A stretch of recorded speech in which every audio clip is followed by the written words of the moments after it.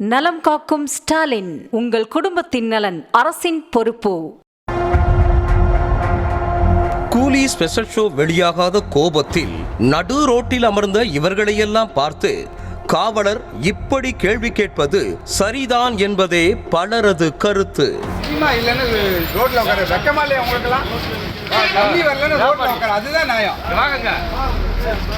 தண்ணி வரல.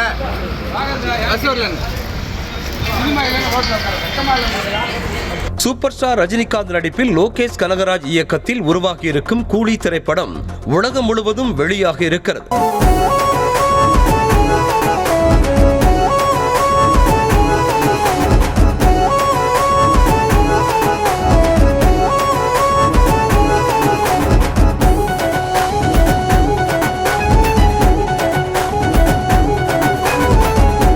இந்த நிலையில் நாமக்கல் மாவட்டம் சேலம் சாலையில் உள்ள KS மற்றும் LMR தியேட்டர்களில் ஸ்பெஷல் ஷோ வெளியாக இருந்தது. அதற்காக 2,40,000 ரூபாயை ரசிகர்கள் செலுத்தி இருந்தனர். ஆனால் தியேட்டர் உரிமையாளர்களுக்கும் டிஸ்ட்ரிபியூட்டர்களுக்கும் இடையிலான பிரச்சனையில் சிறப்பு காட்சி ரத்து செய்யப்பட்டது. செலுத்தப்பட்ட பணத்தை தியேட்டர் நிர்வாகம் திருப்பிக் கொடுத்தாலும் ஸ்பெஷல் ஷோ ரத்து செய்யப்பட்டதை ஏற்றுக்கொள்ள முடியாத ரசிகர்கள் நடு ரோட்டில் அமர்ந்து போராட்டத்தில் ஈடுபட்டனர். இதுகுறித்து தகவல் அறிந்து அங்கு வந்த காவல்துறையினர் அவர்களை கலைந்து செல்லுமாறு அறிவுறுத்தினர். ஆனால் அவர்கள் அந்த இடத்தை விட்டு காலி செய்யாமல் இருந்தனர். அப்போது ஆத்திரமடைந்த நாமக்கல் நகர காவல் நிலைய இன்ஸ்பெக்டர் கபிலன், எங்கள் ஊருக்கு தண்ணீர் வரவில்லை அல்லது எங்கள் ஊருக்குள் பேருந்து வரவில்லை என்பன போன்ற அடிப்படை தேவைகளுக்காக போராட்டத்தில் ஈடுபடுவதில் ஒரு நியாயம் உள்ளது.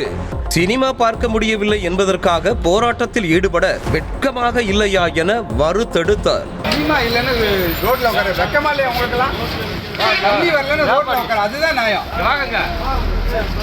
தண்ணி வரல.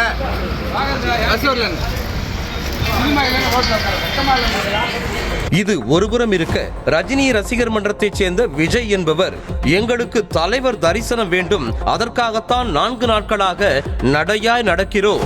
தியேட்டர் உரிமையாளர்களுக்கும் விநியோகஸ்தர்களுக்கும் இடையே உள்ள பிரச்சனையில் நாங்கள் பலிகடா ஆவதா என கேள்வி எழுப்பினர். எங்களுக்கு என்ன பண்ணுறதுன்னு தெரியல. எங்களுக்கு தலைவர் தரிசனம் வேணும்.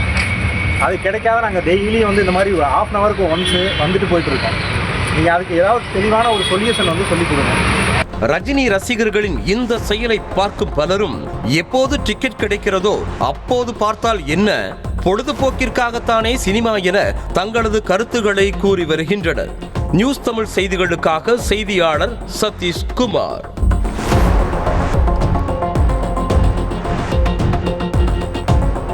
நலம் காக்கும் ஸ்டாலின், உங்கள் குடும்பத்தின் நலன் அரசின் பொறுப்பு.